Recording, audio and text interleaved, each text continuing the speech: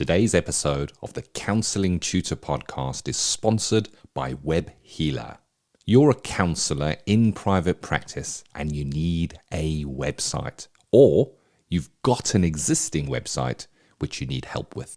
Web Healer are offering Counselling Tutor Podcast listeners, that's you, £100 off the cost of a website design and build. Now, Web Healers specialise in websites for counsellors and psychotherapists. It's what they do. And the Web Healer team provide a completely non-technical, done-for-you solution, leaving you to focus your time on your clients. Operating for 20 years, Web Healer are a trusted resource amongst counsellors when it comes to getting your practice online.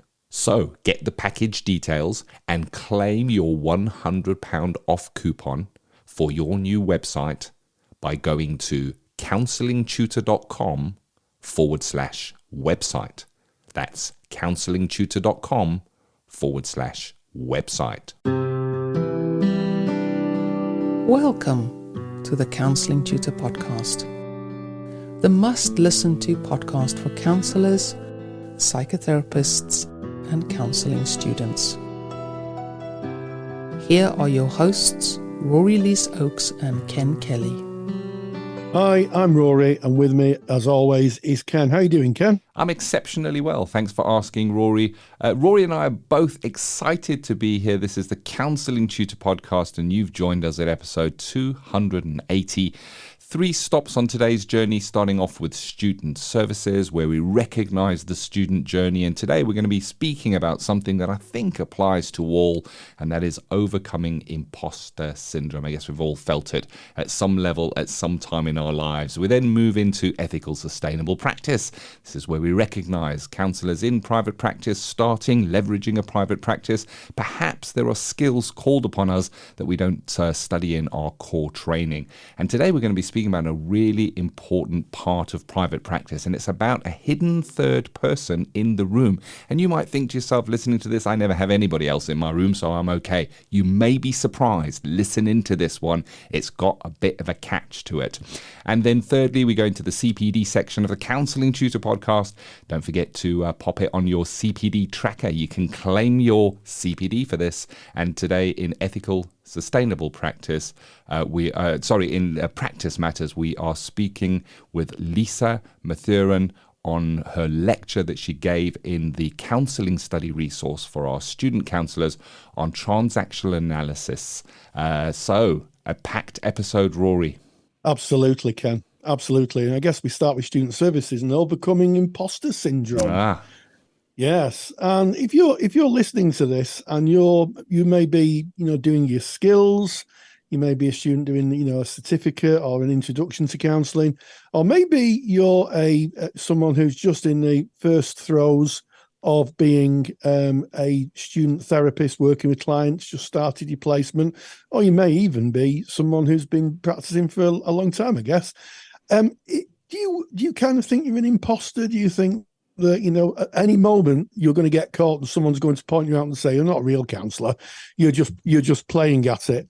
And if that's you, and as we'll look at as we go through this idea, there's more people out there, I think, than just you. And it's called imposter syndrome. It's a well-known psychological process where people believe that effectively they're imposters. They shouldn't really be doing, in this case, counselling or counselling skills. And as I said, at any time someone may turn up and say, well, I don't think you're doing a very good job, and you shouldn't really be doing it. And I think it affects more people than we give credit for. I know that as kind of myself taught for a number of years, and it was surprising the number of students that took us to one side and said, I'm not sure I'm good enough, or I'm not sure I'm cut out to be a therapist. When clearly we've observed them and they were brilliant at it. They had all the ingredients to make a really good therapist. But it seems to be a bit of a thing, Ken. It is, yeah. And what's interesting is often talked about, and I hear it certainly outside of our counselling bubble.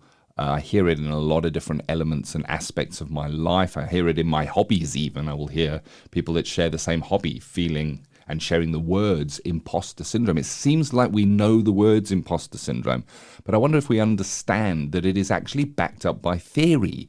This has been studied, data has been collected, and there are published papers around imposter syndrome, what it is. And I think we start maybe with a definition of imposter syndrome. And I hope I'm pronouncing these names right. It's Collingen and Sternberg from 1991. And we are quoting here a quote of imposter syndrome. Imposter syndrome describes high achieving individuals who, despite their objective success, fail to internalize their accomplishments and have persistent self-doubt and fear of being exposed as a fraud or imposter. And it's interesting because I can definitely key in and understand that feeling even within self, and I can share here openly, plainly and congruently, Rory, just in this last week in one of my, personal development groups, I went in sharing that I felt imposter syndrome in my job in Counselling Tutor. And I can share it there because it's a safe environment. I kind of know the mechanisms and I know what I need to do to kind of get past that. But speaking it out loud for me is that first step. And of course, there are risks around imposter syndrome. And this again comes from the handout, and we'll direct you to that in a moment. And it kind of overviews who might, or different flavors of imposter syndrome, who might feel imposter syndrome and why. And it speaks about a number of different, let's call them kind of avatars or personas or people types. And it starts off with the expert who feels satisfied only if they feel that they know everything. And that they can kind of feel that they're overreaching before starting a task. So imposter syndrome can kind of hold somebody prisoner, as it were, as they feel that they need to gather more and more and more evidence to be able to do this task or this job correctly. And that is kind of described as the expert. Then there is the perfectionist, and it's certainly something I recognize within myself, that perfectionist tendency. And the perfectionists set themselves perhaps impossibly high goals and focus on weaknesses rather than strengths. Never good enough. And I know from having artist friends, they'll paint a piece of work and they'll put it up and I'll look at it and go, wow, that is incredible. They'll go, oh yeah, but I could have spent another 6 hours on that. That's the perfectionist side. It's just never good enough, despite how much effort and how much of self might be poured into that. And then there is a persona type known as the natural genius. And this is someone who's really accustomed to being really capable in a wide range of tasks and things that they face on a daily basis. But they can feel knocked off course and feel that imposter syndrome if they hit a task that they find difficult. Why am I finding this so difficult? I'm usually so good at these kind of things. And it's interesting, we kind of looking at conditions of worth there, or maybe introjected values as we're going through this and watching how the parallels play out here. And then finally, in these persona types, we have the superhero, high achieving, competitive, I guess the term workaholic, always giving everything, able to get huge amounts of work done. But that leads perhaps to burnout or being in a position where you don't have anything left in the tank to give. And then we settle into the imposter syndrome. Oh, I'm not good enough. I should be doing what I was doing. How come I can't do it now? So there's just some flavor of what might kind of lead to that feeling of imposter syndrome, Rory. Yeah, absolutely. And of course, it leads to vicious cycles. It's a secular kind of feeling that people go through. And, we criticize our performance. And then when we criticize our performance, we feel less able to do it. And then we criticize that, and it goes round and round and round in circles. And hopefully a good tutor would pick that up if you're in class and maybe take you to one side and say, what's going on here? And have a bit of a chat about it. And maybe, in some cases, just reassure someone and say, look, try to be a bit kinder to yourself. Try just to, be in the moment, work with the client or the person who's speaking, the speaker. It's sometimes if it's class based, and be just a little bit kinder to yourself. And I also think it speaks to something else, especially in counselling. It's so unusual in the society we have for people to be, those three conditions of empathic, congruent, and give unconditional positive regard. Have a think about how often outside therapy, or your work in the classroom, how often do you come across that in life? And I would suggest very, very seldom. Our society really isn't kind of programmed for that, and it can feel very, very odd being that way of being. Developing that way of being can feel very, very odd, because what we have to do is we have to lean into it. We have to lean into those conditions. We have to make ourselves vulnerable when we offer them. And I think for some, that can be really, really tricky, Ken. Yes, very much so. You're speaking about the three conditions there. And of course, there are six if we look at the wider theory. And Rogers himself says that the six conditions are necessary. They need to be there and sufficient. Now, we're just speaking about the person-centered model here, but I cannot tell you, Rory, how freeing that was when I went in as a student in placement, working with my supervisor at the time, and feeling a really high level of imposter syndrome, of needing to be there and guide these clients through the troubles that they're facing into the light, as if it was my personal kind of responsibility to do that. And of course, looking to the theory, and I remember the session so well, where my supervisor pointed to the theory and said, "Are you exercising these conditions?" "Yes, I am." "The theory says it's necessary. You're doing them?" "Yes, I am." It also says they're sufficient. It is not your job. It is your job to be there, to hear, to listen, to empathically go with, not to get them there. And that really helped dissolve that imposter syndrome. Because the imposter syndrome for me is very much linked to an external locus of evaluation. And we've certainly covered that on previous podcast topics, but an external locus of evaluation is, what are they going to think of me? When are they going to find out that I'm really just faking this? They're going to see through the ruse. It's about being found out. It's external to self. There's an incongruence in that, and often that incongruence can show itself as your work being of good enough quality and nobody saying anything, but inside you feel, any minute now I'm going to get caught out. And that's kind of a common feeling in imposter syndrome. And of course, it can have an impact, and it can have a really negative impact for us. But it can also, we can maybe see this in our clients as we're going through the arc of therapy. It can lead to somebody downgrading their career choice, wanting to look for a place where they might feel more comfortable because of the discomfort that comes with imposter syndrome. It can keep you awake at night, the imposter syndrome. So downgrading those career choices, and I've even spoken with people who have left a job that they were doing well in because they felt any minute now it's going to come crashing down like a house of cards. And it was less painful to just go away from that for that person. It can also lead to people going in with a negative kind of view on what it is they're doing, expecting to do badly, putting out that intention of negativity going in, I'm not very good at that. I'm not going to do too well of this. So it kind of changes the person's attitude as they might come in to a task. And it can even stop somebody from doing a task or doing something that they might feel passionate about. You know, they may have a project and want to do it and be all excited about it, but when they sit down to do it, they feel the imposter syndrome comes in. Who am I to do this? Who am I to write this book or whatever it may be, that project? And it can actually stop that from materializing and really hold that person hostage. And of course, it can lead to people adjusting their behaviors, how they show up in their day-to-day life, almost playing a part like an actor in their own lives because they think that that would look more competent, more professional, and other people might see them in a better light if they do so. And all of these can so easily be linked back to that feeling of imposter syndrome, Rory.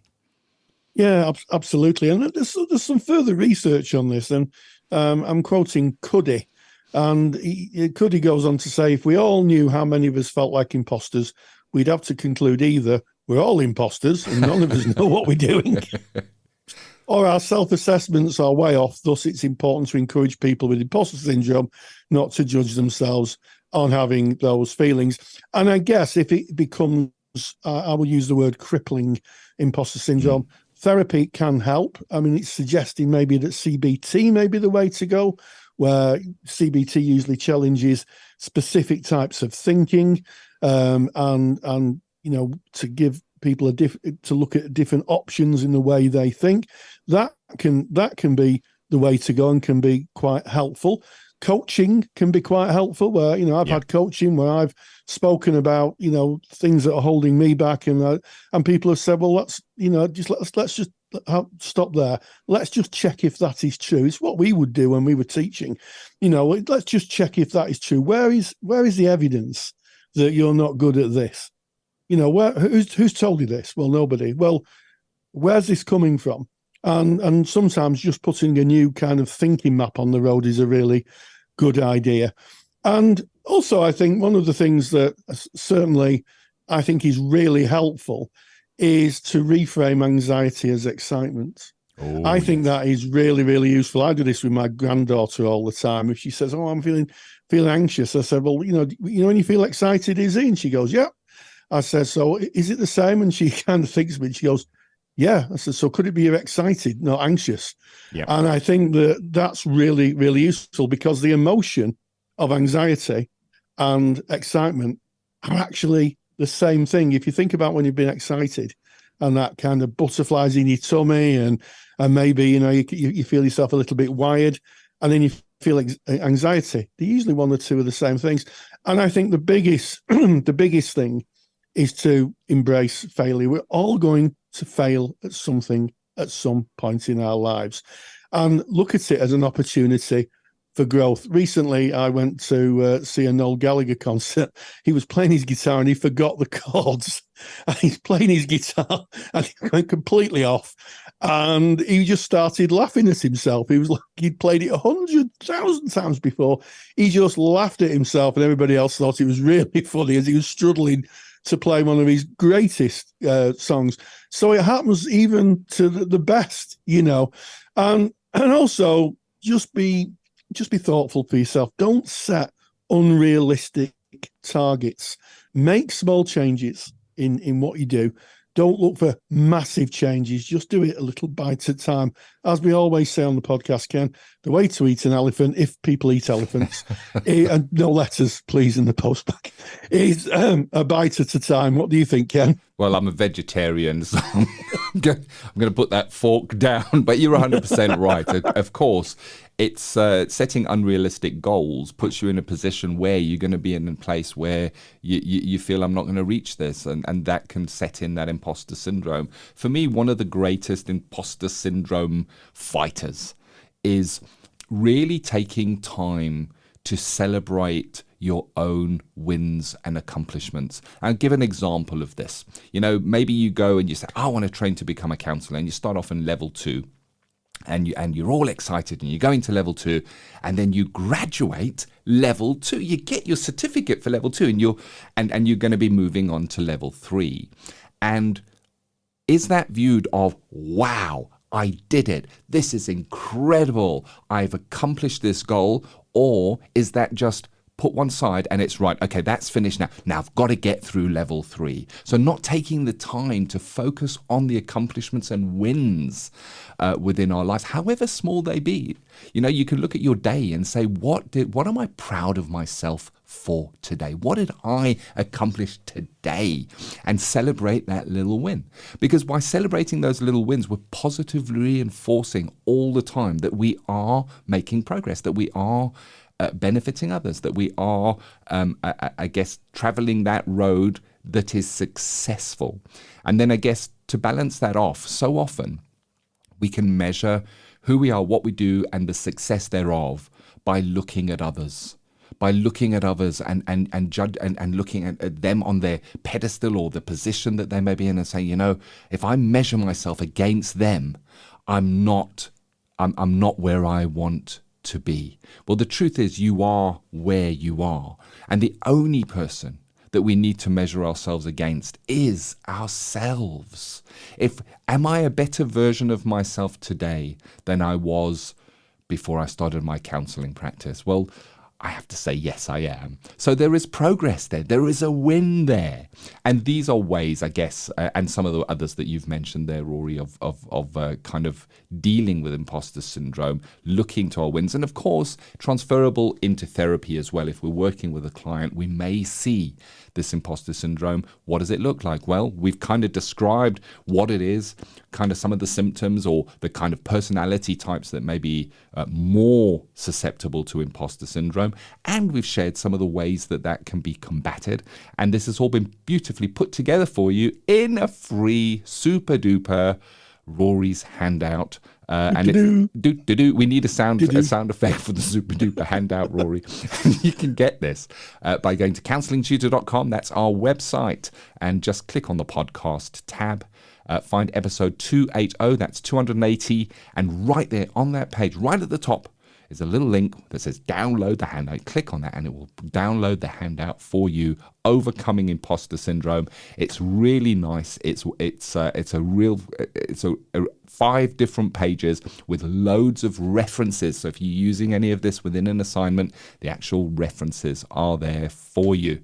And I guess, Rory, that brings us to the end of our Student Services for today. Student Services is sponsored by Counselling Skills Academy. Have you ever wondered if you're using counselling skills effectively?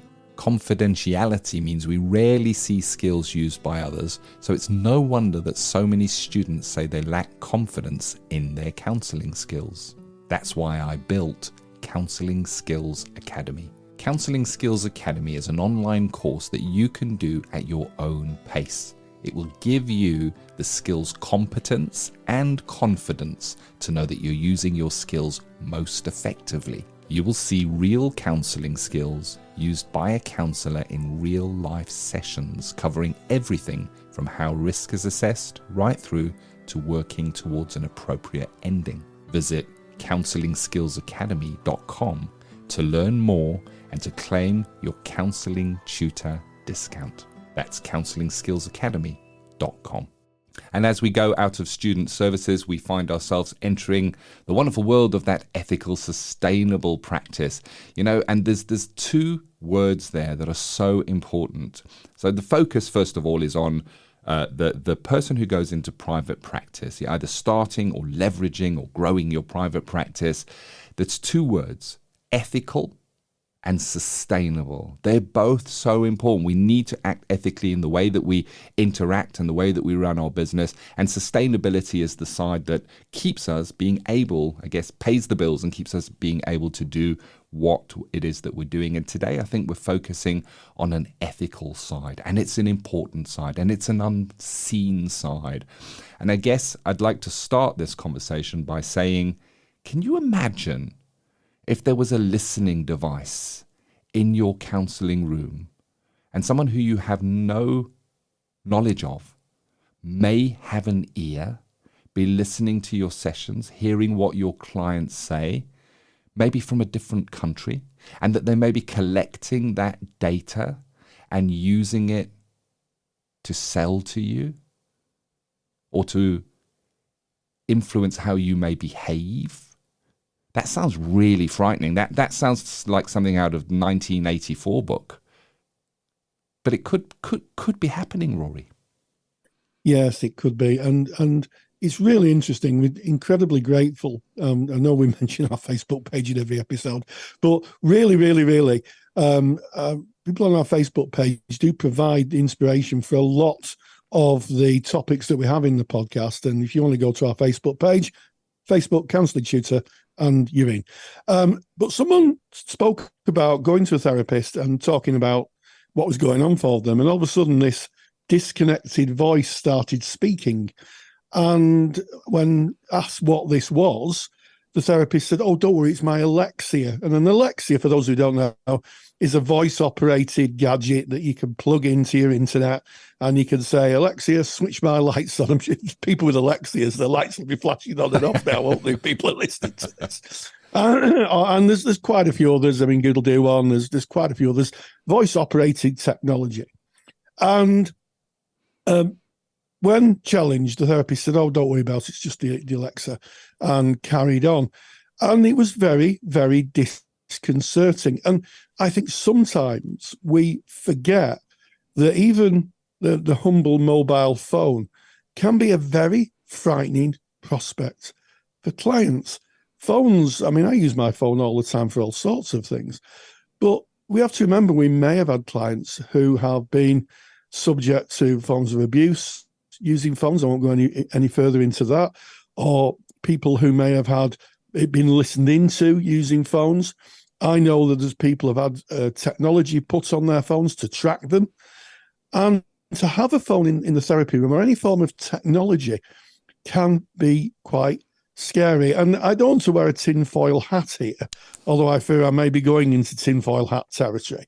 But recently in the summer, my wife and myself were out in the car, and we mentioned Christmas trees. Now, bearing in mind, it was so hot that the tarmac was literally blistering on the floor. And when I picked my phone up, it noticed that all the advertising was for Christmas trees. Yep. And it could have been a coincidence. It could have been just that they're advertising Christmas trees in June. Or it could have been that my phone listened in and decided to match up some advertising to what it had heard. So I think devices, any form of devices, can present a third person in the room. And there are some people who may very well believe that your device is listening and that there is someone at the other end. It's not for us to criticize them and say, well, I think, you've got a bit of a conspiracy theory going on. When I practiced, I always made a bit of a show of holding my phone up and saying, right, I'm going to turn my phone off and I'm putting it in this drawer. And it was a bit of a theatrical wave of my phone, I have to say. And in the drawer it went and the drawer was shut. And it was a signal to say that there are only two people in the room now, me and thee. And me and thee are the only people who are going to be talking. I'm going to be listening. You're going to be talking about your issues. So be thoughtful of technology. Technology is very wonderful and certainly makes my life a lot easier. But I think that we need to be very thoughtful how others, that's the client, view technology and the impact it's had on them in the past. Yeah. So in preparation for this topic, I did a deep dive and I was looking on YouTube and I put in to YouTube, is my phone listening to me? And then I had a look, and there's loads of videos on YouTube. I found it really interesting. Like you say, Rory, I could feel myself edging towards the tinfoil and folding it into a hat shaped because there's some really interesting stories, but there are also some case studies where they do case studies showing. So two people will sit and they will have a chat about random topics. So in this example that I looked at, they were speaking about cruises and Disneyland. And then they actually show how, when they then go onto social media, those adverts are there starting to show to them Disneyland ads and cruise ads from the conversation. Now, is that as a result of the phone listening? I don't know. I can't say. And what I can say is that the tech companies state categorically that they do not listen in. That comes from Facebook, that comes from Google, that comes from Apple. I've looked, they say we're not listening.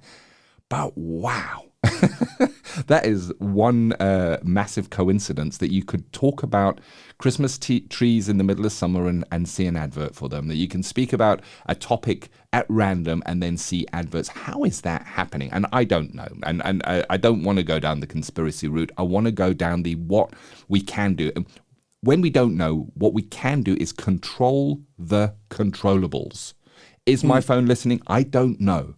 But I'm certainly not going to have it in my room when I'm working with a client. Or if it is in my room, it's going to be turned off. Is my smart speaker listening to all of my conversations? I don't know. But I'm not going to have a smart speaker that might be listening within my room when I'm working with a client. And of course, we do an online and telephone training course, a certificate in online and working online and on telephone. And we cover this in depth, of taking the tech out of the room. Because even if it is not listening, even if it is that just it is triggered by a word in the background when a client is there, it can leave that client feeling that perhaps it was listening, and we don't know what their views on this are, Rory, you know. And certainly in the comment that you're speaking about that was on our Facebook page, that was a student of counselling who went for their own personal counselling. The voice came from the smart speaker and they felt shook up, you know, and we might not hear if a client feels shook up because they don't have the voice to maybe voice that. They might not have the voice or be able to have the courage to say that to the therapist. So it's really interesting having that glimpse from someone that is studying counselling and how it made them feel. And it led me to think how I would feel. And certainly, you know, I've got to the point now where if I'm going to be talking about something that is really, really personal with my family, it's the same thing. We take the phones and the devices out of the room because, well, it's controlling the controllables, I guess. Absolutely, and I can give you one example of something that happened to me. I was out with Mrs. Counselling Tutor, having a tea in a tea room, and we were having a bit of a chat about something. And I turned my phone over, and I'd sent a friend a text, and the phone had listened into the conversation and then composed a new text for me. Now, it was a bit gobbledygook, I have to say. It wasn't a verbatim transcript of what we were talking about, but it goes to prove that if you're not sharp and understand how technology works, I could have just clicked that and sent that gobbledygook message to my friend. It could have been more precise. It could have had a more accurate reproduction of what me and my wife were talking about, probably Garibaldi biscuits or something like that. But the point I'm coming to is that it was listening and it did send them. And also a bit of a plea, and I'm sure a lot of counselling lecturers would agree with me. If you're a student and you're recording your skills, don't use your phone. Don't use your phone because it gets stored. And also, it's very easy with the 2-click send anything technology we have now to send, you know, can you imagine you're clicking away and you think, I'll just send this. You click the wrong file and you send a sound file of your skills lesson to a friend. Totally scary. You know, just invest a few pounds in buying a recorder, and then you can always sell it at the end of your course, and you probably get your money back. You know, couldn't guarantee that, but you probably will, because, you know, they're quite in demand, certainly for counselling students.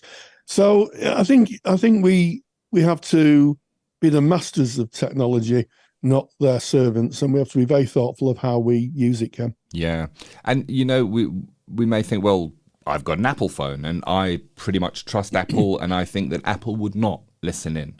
Well, that's all good and well, but I wonder how many apps you have on your phone and how many of those apps within the terms and conditions that we agree to, often without reading them because they're pages and pages long in the tiniest of tiny text, how many of them have access to our microphone? Because when you're agreeing to those terms and conditions, you're giving access to certain parts of your device. And I know from a recent documentary I was watching in China that there are certain apps that are really taking over and collecting personal data and using that personal data against people. And the thing is, it's not against the law because they've been given permission. They've been given permission in the terms and conditions. The person has said, yes, do that. I would like to hope that those kind of apps don't appear in our app store. But we need to be vigilant. Specifically, we're looking out for our clients. So what kind of apps are you using? Are you looking at the terms and conditions and what accesses those apps have on your devices if you're working online, for instance? And then secondly, the other side of this is that technology can always be used in abusive ways. So if we think about hackers, that's their modus operandi, is that they will use technology in abusive ways to exploit and hurt for their own personal gain. But we can take that same scenario and put it just hypothetically with an abusive partner who may be able to use something just as simple as a mobile phone. Within a mobile phone, there is an accessibility section within the settings. And within the accessibility section, there is a section, certainly on Apple devices, for hard of hearing individuals. It's there for a good purpose. And what it allows the phone to do is almost act as an amplifier. So what the hearing impaired person can do is pop in some headphones, some iPods, and have the phone can be placed near to the people who are speaking, and they will hear what they're talking about in their headphones. Now, I've played around with those accessibility settings, and the thing that scared me the most is I can put my phone in a completely different room, lying on a table. I can go out of that room with my little earpods in, and I can hear what is being spoken about in that room. Now, here's the kicker, Rory. Even if they are whispering, and even if they are not sitting close to the phone, it blew me away how effective this listening device is. It can hear a whisper from another side of a room. My rooms are not very big. I live in a small cottage, but still. So thinking of I guess it's a different topic, but it's just looking at that technology can be used in that way. There's never been a time where we need to be more vigilant about a third person listening in a room. Absolutely. And all you have to do is take some basic precautions. Yeah. If you have a, smart home system, good on you. I've got friends who've got them, brilliant, turn the lights on, Alexa. Sorry if everybody felt lights gone on at home. But unplug it, unplug it. And if you have a mobile phone, pop it in a drawer, show them that, you say, I'm turning off my phone and I'm putting it in the drawer. Because even just that can be so reassuring. Remember, clients may not tell you. Almost certainly clients won't tell you. They'll just sit worrying about looking at your phone, and then they might not come back, So just make a point of it. You can even put it in your contract. I'd lock my phone in a drawer when I'm with clients and it's turned off. Yeah. And that could be so reassuring.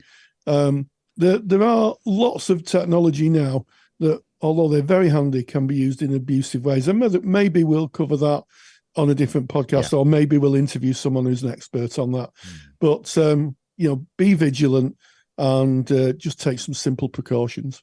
There's 3 parts to CPD, continuing professional development. The first part is listening to or watching or ingesting the information, might be reading something. The second part is then reflecting and having a think and saying, how does that apply to me? How does that apply to my practice? How does that apply to my clients? And then the third part, and I think that the circle is only complete with this third part of what makes CPD so effective. What am I going to do now? What am I going to do? Or what am I not going to do? And I guess the takeaway here is, what are you going to do? You've heard this. Are you going to have some time and reflect on that and think about it? And then you're going to put a policy in place. You're going to write something down of how you might work or not, depending on what your takeaway is from this. But I think it's an important topic. It becomes more and more important as we just enter this world that it just becomes more technology rich, technologies that are more difficult to understand. I think it's an important topic. Have a think, see what you're going to do, and that is our ethical, sustainable practice. And of course, practice matters, Rory. Also about CPD, and you reached out once again, spoke to an expert in the field of transactional analysis. You spoke with Lisa on games in Absolutely. TA. Transactional analysis is a well-respected and deep psychological set of theories. It's a huge canon of information within transactional analysis. And one of those is a very early idea by Eric Byrne, the founder of transactional analysis, called games. I caught up with Lisa Mathurin, who's done a fantastic lecture for the CSR library. And this is what she had to say on games. Practice Matters is proudly sponsored by the Counsellor CPD Library. To access top quality, relevant continuing professional development for your practice, that you can do at a time that suits you, and all for less than the price of a cup of coffee. Visit counsellingtutor.com. Many years ago, I read a book, long before I was a therapist, called Games People Play by Eric Byrne. I found it a fascinating read as a then layperson. So I'm really delighted to welcome back Lisa Mathurin, who has done a number of lectures on TA and TA theory. And Lisa's just done for the CSR Library a lecture on games. So Lisa Mathurin, welcome back. Thank you, Rory. Lovely to see you again. So games, just what in terms of TA theory, what are games? Well, a game is an unconscious process that happens between two people that is really a way of getting our needs met. And you will know that you're in a game because at the end of the interaction, there's normally a negative payoff or you're left feeling bad. So I don't know if at any point in your life you've ever thought to yourself, why am I here again? Or why does this keep happening to me? And which probably means you're replaying out some kind of psychological game. Yes, and it's kind of sometimes it can be a very simple thing like one-upmanship. I'm sorry about the pronoun there, but one person upship. Don't know how you'd say that now in the modern world, but I remember when I was a sales guy. I had a company car many years ago when people had company cars, and there used to be a huge amount of competition about who's got the best racing stripes or the best alloy wheels. And he'd say, I've got this new car, so would say, has he got these alloy wheels? Has he got this X pack? And you were left thinking, I haven't got that, so I'm not as good as that person. That's the type of game, isn't it, that can be played out? Yeah, gotcha. Exactly, yeah.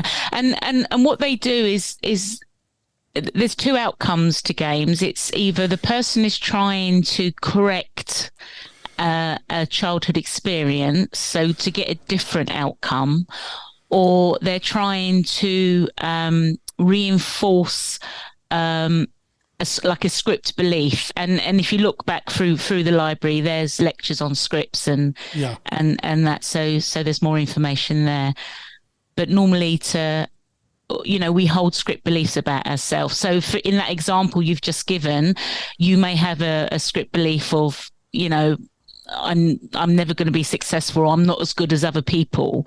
So interpreting that in that way, you've reinforced that belief. Yeah. Yeah, and you'd look for every opportunity to reinforce it. Exactly. So someone might say, well, in the case of the car, so what? I've not got a car with, alloy wheels on, so be it, not be really bothered. But for someone, it can be, that's a sense of failure. I've not done enough. And yes, I think it's very interesting. Of course, just to remind us, scripts are kind of, they're literally like an actor's script written in childhood that we live out. That's right. Yeah. That's right. And the behaviours from our script are to get the needs met, whether they're healthy or unhealthy. It's still the child's best effort to get that need met. Yes. So in terms of scripts, how in terms of games, how might we see them played out maybe in the therapy room when a client presents? Yeah. Well, the one I experience most of all out of all of the games, and if you look at the lecture that I did for you, there is a link to a list of all of the names of games. So, and there's lots of them. The one that I come across more than any other is the "Why don't you yes but" game. So it's shortened to know the yes but. And most people can recognise that one. When someone comes to you and says, I really don't know what to do about this, and you offer your support by saying, have you thought about this or thought about that? And they'll go, yeah, but, and give a reason why they can't do that. So you give another idea and it's yes, but, and clients do this all the time. And there's lots of reasons for that. One of the reasons is to kind of remain in that stuck position, although really they don't want to. It's a familiar place for them. Yes. And moving out of the stuckness can be really scary because it means embracing change, and that can be really scary for some people. And And for the therapist, it can be really frustrating because, every time you kind of offer to support or facilitate, you're getting back resistance and negativity. So that's one that can be really frustrating. You can end up, the client can go away thinking this is hopeless, no one can help me, and the therapist can end up feeling incompetent because they're getting the resistance and the negativity. And the other game that quite often presents in the therapy room is called Kick Me. And what happens is the client might be taking up kind of a persecutory position, and the counsellor, for sake of holding the relationship, kind of just takes that, if you like, and then unconsciously they might come in with an intervention which is kind of a little bit maybe too direct or something, just to kind of get back at the client. And none of this is deliberate, it's all unconscious. But it's a way of kicking back. So it's a psychological kick, obviously. As I say, it might be a robust confrontation or a way of kind of unconsciously playing out the frustrations with the client, really. Yes. I remember when I did my TA 101 many years ago, the introduction to TA, the therapist that taught me, she was saying that she had a client who came in who played himself. He was a very successful man. He used to fly in for his therapy sessions, so you can gauge the amount of success this guy had. But he would present as a little boy in the therapy room and trying, and almost like, I'm in trouble again. And one day she just said, enough. Stop it. Yeah. Yeah, and that would be a game. He is playing a little boy, and he obviously wanted some kind of response from the therapist, and the therapist kind of put a challenge in and said, enough. We're not doing that today. Yeah. And also, I mean, Byrne talked about degrees of games. So he came up with kind of 3 levels, if you like. He called them the degrees of destructiveness related to games. And the first degree, it is where you have an interaction with someone and there's a moment of confusion and you think, how did this happen, or how did I get here? But it's something that you would share in your social circle. So that's kind of first degree. You talk to people about it. A second degree game normally involves something that's kind of embarrassing or shameworthy. And it's not the kind of thing you would make public. You'd only share that with people that you're quite intimate with. And then he talked about a third degree game, which is life changing. And he's, a direct quote from him is, it's played for keeps and it ends in surgery, courtroom or the morgue, which is quite scary. But real kind of they're very rare, obviously, but that kind of shows the degree of game playing from something that's surface level right through to something that's much more serious. They're patterns of behaviour, aren't they? Exactly. And for those of us who've worked in offender services or drug and alcohol, we would see those games played out by people who may be just entering recovery. I've certainly had that on quite a few occasions, and in fact the third degree game I've come across on a number of occasions where people have done themselves serious harm or been returned back to prison. And you're right. I think that a lot of it is subconscious, and I think that as just to bring a little bit of Rogers in here, all behaviour is goal directed. It's towards a goal which may or may not be beneficial to the client. Yeah. I think the other thing that's really useful when looking at games and analysing games is using Cartman's drama triangle, and your listeners may be aware of the drama triangle because it's used in lots of different theories. But it was devised to support the analysis of games with the 3 positions, so the persecutor, rescuer, and victim. So sometimes if you're in a game or you think you've played a game, it might be worth connecting to your behaviour and feelings. What role did you play? Yeah. And in a game, there's normally a switch. So for the yes, but game, the client might start off in a very victim position, yes, but I can't, poor me. And then when the therapist becomes frustrated, the client can turn persecutory. So there's normally a switch, which means a role change. Yes.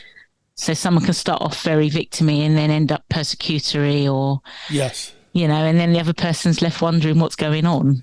Yes, I mean, I could give you an example of that. One of my students many years ago was working with a client who was having difficulties with relationships, and it presented with, my relationships never work out, they always fail. I give everything to the women I see, but it's never enough, and on and on and on and on. And as the therapy the arc of therapy took course, in one session, the client said to the counsellor, "I've been failed by women all the time, women like you." And there's the switch. Yeah. So from a poor me victimy place, switch to persecutory. Yeah. So that's definitely some form of game going on there. Yeah. That's a really good example. Yeah. And of course, I think we should say that in analysis, let me ask you the question: what is the role of the therapist in looking at games? Is it to analyze and bring the game to the client's attention? Yeah, it's a really good way of working out what the motivation for the game is, because then you can isolate the need or isolate the deficit, if you like, and work out what the client needs to do for themselves to meet that deficit, or what you can support the client with. So analysing games is a really good way to look at behaviours and motivations of how we interact with others and what we actually need from them, because they're all ulterior, so that it's kind of underground behaviours or underground psychological needs. So it kind of helps with self-analysis as well.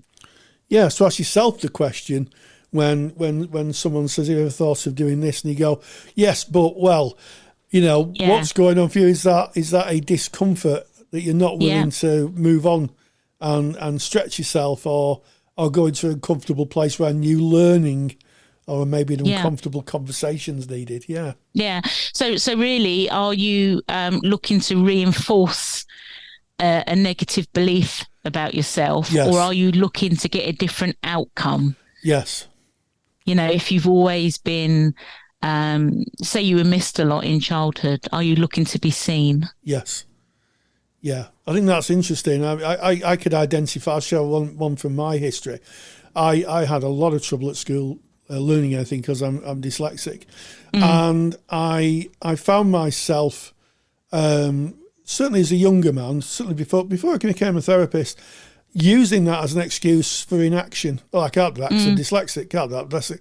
And it was only to the point where I actually got fed up of hearing myself say it. Right. I'm thinking to myself, well, I'm sure there must be other people in the same boat as me. I put a new script on the road. I said, yeah, well, probably it's going to be a bit harder for me to train on other people on study, but other people with dyslexia have done it, so why not me? Yeah. Well done. Yeah. So you had a different outcome. You changed your script belief. Yeah, changed script belief. Yeah, well done. But it was a long-lived series of, not to put too fine a point on it, excuses. Yeah. Just excuses to manage that. And I've no need to do that now. I didn't mention it because, I think other people are in the same boat maybe. And, I think it's good to say, well, I'm dyslexic, but this is what I've done to overcome it. But it is quite interesting and it does play out. I find games really fascinating because once you understand them, you just see them play out not only in the therapy room, you do, but in our own life. Oh, yeah.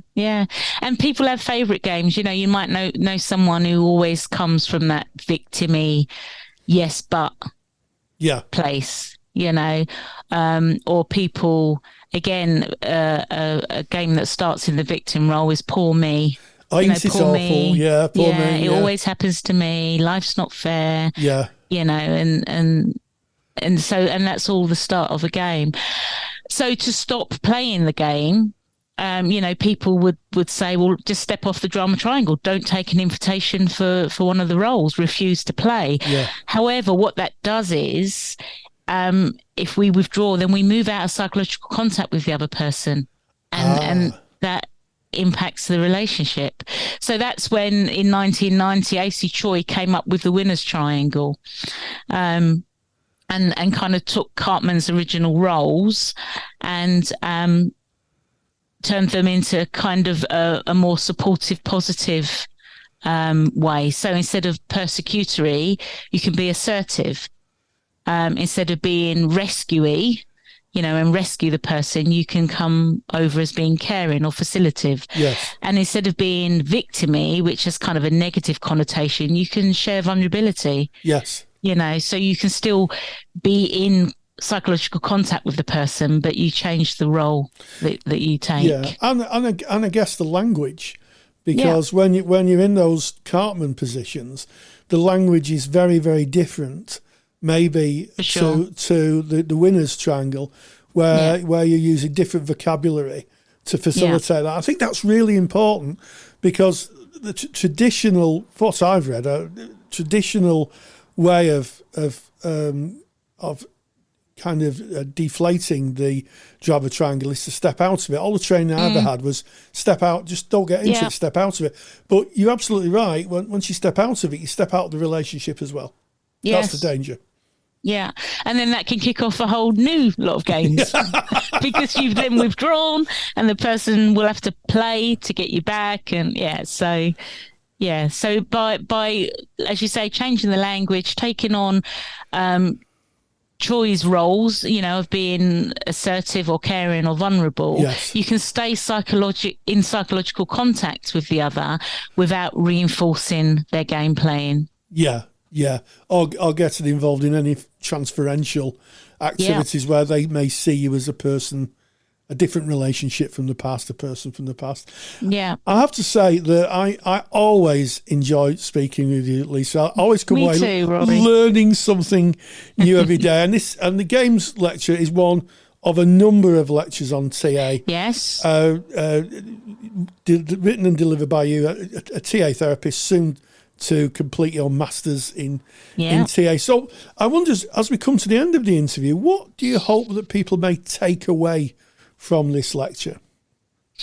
I would hope that this has kind of increased people's awareness so that when they are left feeling confused or with a negative result from an interaction with someone, they can think of game theory, think of the drama triangle, and can kind of analyze the interactions to learn more about their own behavior and how they have interacted with that person, and maybe swap from being on the drama triangle to the winner's triangle and get a positive outcome and increase the interaction and the relationship with either the other or the client, or rather than being it's such a negative, hopeless feeling when you come out of a game. It feels quite disempowering. So maybe in one word, I hope people feel empowered by the lecture. Well, on that hopeful note, Lisa Mathurin, thank you so much for joining us. Massive thank you to Lisa Mathurin. A big thank you to you, Rory. You're always reaching out, bringing in the right people with the right topics. This is the Counselling Tutor Podcast. You've been listening to episode 280. Yes, we started off in student services is overcoming imposter syndrome. Ken and myself discuss ways of overcoming imposter syndrome and indeed disclose that we both at times feel like imposters. So you're not on your own, but there are ways of getting around a bit and being a little bit thoughtful to yourself. In ethical sustainable practice, we talked about the third person in the room.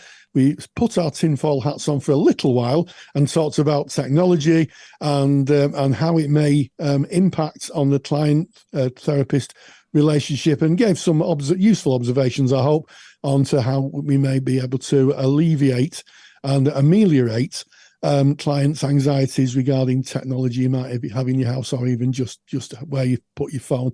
And then finally, we caught up with Lisa Mathurin in Practice Matters, and she talks about games people play. Very famous theory by Eric Byrne. If you've enjoyed this podcast, why not give us a 5-star review on the platform that you're listening to this podcast on? And please, if you want to help out and share, we want our podcast in as many ears as possible. So why don't you share it across on your socials so other people can hear the information that we give out? And as always, stay grounded and stay safe. Take the stress out of your counselling studies and get the support of Rory and I by joining us in the Counselling Study Resource. See how Counselling Study Resource can help you. Visit counsellingtutor.com. That's counsellingtutor.com. Thank you for listening to the Counselling Tutor Podcast. Find the show notes for this episode by visiting counsellingtutor.com.